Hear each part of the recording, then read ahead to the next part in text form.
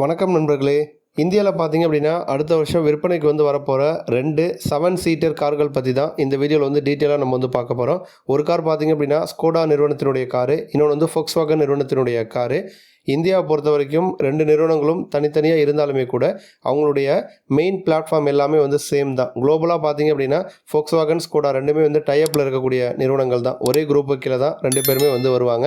இப்போ இந்தியாவில் நம்ம Volkswagen எடுத்துக்கிட்டோம் அப்படின்னா விர்டஸ் இருக்குது, அதேமாதிரி டைகன் இருக்குது. இப்போ இதே பிளாட்ஃபார்மை பேஸ் பண்ணி தான் விர்டஸும் ப்ளஸ் ஸ்கோடாவில் இருக்கக்கூடிய ஸ்லாவியா ரெண்டும் ஒரே பிளாட்ஃபார்மில் உருவாக்கப்பட்டது தான். அதே மாதிரி Volkswagenல இருக்கக்கூடிய டைகனும் ஸ்கோடாவில் இருக்கக்கூடிய குஷாக் இது ரெண்டும் ஒரே பிளாட்ஃபார்மில் உருவாக்கப்பட்ட கார்கள் தான்.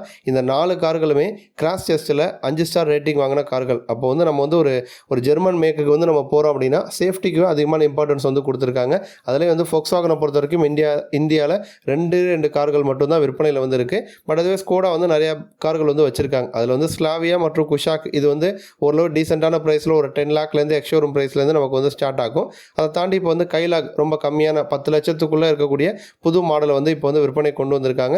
இதை தாண்டி பார்த்தீங்கன்னா கோடியாக் இருக்குது ஸ்கோடாவில் சூப்பர் இருக்குது. இது எல்லாமே நமக்கு ஒரு எக்ஸ்ஷோரூம் ப்ரைஸ் 40 லட்சம் அதுக்கு மேலே தான் வரும். இப்போ இந்த 2 நிறுவனங்களும் பார்த்தீங்க அப்படின்னா 7 சீட்டர் காரை இந்தியாவில் விற்பனைக்கு கொண்டு வர போகிறாங்க. ஏன்னா இந்தியாவில் இந்த எம்பிவி ரக கார்களுக்கு நாளுக்கு நாள் ரெஸ்பான்ஸ் அதிகரிச்சிட்டு இருக்கு. அதேமாதிரி நல்ல பவர்ஃபுல்லான ஒரு ஃபுல் சைஸ் எஸ்சிவி ரக கார்களுக்கும் வரவேற்பு அதிகரிச்சிட்டு இருக்கு. அந்த வகையில் ஸ்கோடா பார்த்தீங்க அப்படின்னா கோடியாக்ல ஒரு 7 சீட்டர் மாடலை விற்பனைக்கு கொண்டு வர போகிறாங்க. இந்த மாடல் ஆல்ரெடியே யூரோப்பில் நடந்த என்சிஎப்பி டெஸ்ட்டில் 5 ஸ்டார் ரேட்டிங் வாங்கின ஒரு கார். 89% அடல்ட் ப்ரொடக்ஷன்லையும் 83% பார்த்தீங்கன்னா சைல்டு ப்ரொடக்ஷன்லையும் இந்த கார் ஸ்கோர் பண்ணியிருக்கு.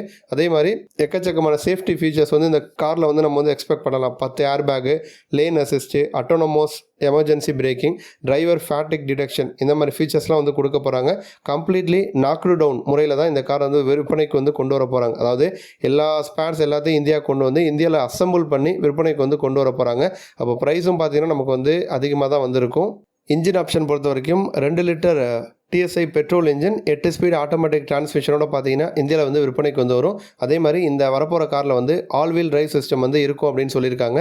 இந்த வரப்போகிற ஸ்கோடா கோடியாக் பார்த்தீங்கன்னா Toyota Fortuner, MG Gloster, Volkswagen Taigun இந்த மாதிரி கார்களுக்கெல்லாம் போட்டியாக வரப்போகுது.